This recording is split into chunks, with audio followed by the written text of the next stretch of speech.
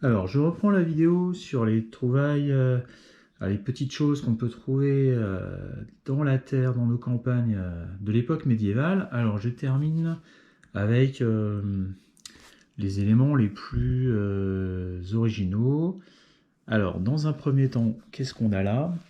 On a ce qu'on appelle une vervelle, donc cet objet-là, qui est un petit écusson.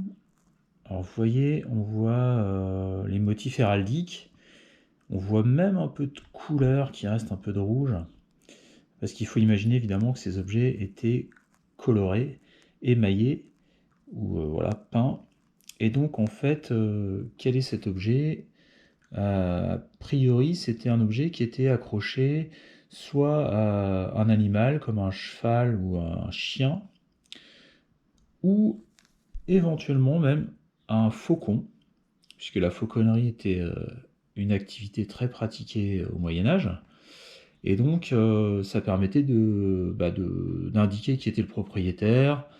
Euh, donc, c'est quand même un objet qui est chargé d'histoire, hein, et puis très personnalisé, puisqu'il a appartenu à une personne bien précise. Alors, il faudrait pouvoir identifier les motifs, bon, ce que j'ai pas essayé de faire. Et alors, ici, à côté, vous avez cet objet qui est une platine de suspension de, de vervelle. En fait, ça permet de comprendre comment ça fonctionnait. Voilà, ça devait fonctionner comme ça. En fait, cet objet était accroché au cuir, généralement d'un cheval, d'un harnachement. Et puis, ici, on a la vervelle qui vient pivoter, qui vient brinque-baller. Alors peut-être que ça allait ensemble, ces deux objets, puisque je les ai trouvés dans le même champ, mais peut-être pas, je sais pas. En tout cas, c'est le principe, c'est comme ça que ça fonctionnait. Voilà, donc un objet très personnel et assez complètement typique en fait, hein, du Moyen-Âge. Un peu dans le même style, hein, c'est ce petit objet qui était fixé sur également là, le harnachement d'un cheval, ou peut-être une ceinture, éventuellement, qui était fixée dans du cuir en tout cas, et puis qui était décoré d'un emblème, d'un écusson, mais là on voit plus vraiment le motif. Mais c'est à rapprocher, vous voyez, de cet objet-là. Voilà. Et ensuite, on a ces deux derniers objets qui sont deux matrices de seau. Alors il y en a une qui est bien propre, l'autre que j'ai pas trop pris le temps de nettoyer. Alors on commence par celle-ci, vous voyez qu'il y a là aussi un écusson, un écu, enfin quelque chose, un emblème. Mais en fait, vous voyez que les indications ont été effacées, probablement à la mort du propriétaire, pour éviter que le seau soit utilisé et qu'on usurpe l'identité du défunt. Et celui-ci qui en revanche est intact, et on voit vraiment bien les motifs et les écritures. Alors c'est vrai que ça c'est vraiment une trouvaille hyper touchante. C'est vraiment un petit objet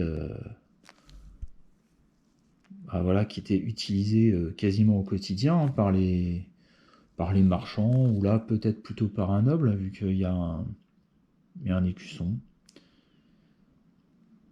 Donc ça c'est vraiment un bel objet. Et pour la petite anecdote, en fait, ce sceau, c'est le sceau d'un certain Marsay. Or, il se trouve que le nom de jeune fille de ma grand-mère, c'était Marsay. Donc en fait, j'ai trouvé cet objet pas très loin de chez mes grands-parents. Et on s'aperçoit qu'à quelques siècles, à 700 ans peut-être d'écart, on retrouve le même nom quasiment au même endroit. Et donc ça donne une idée aussi de la permanence des gens, des lieux. Et ça met en perspective en fait ce qu'on peut voir aujourd'hui, ce qu'on peut trouver qui date d'hier ou d'avant-hier. Donc voilà, donc un très bel objet, deux très beaux objets.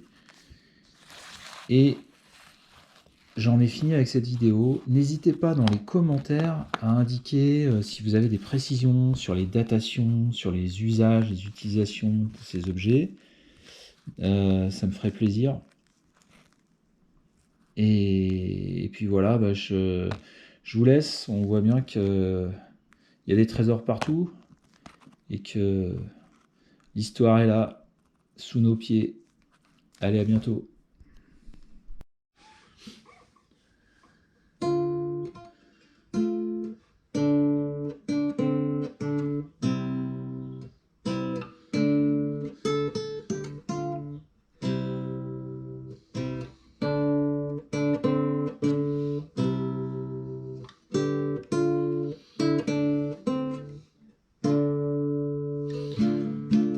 Douce dame jolie, pour Dieu ne pensez-y que nul les signeries sur moi, fort vous seulement, que des sans tricherie.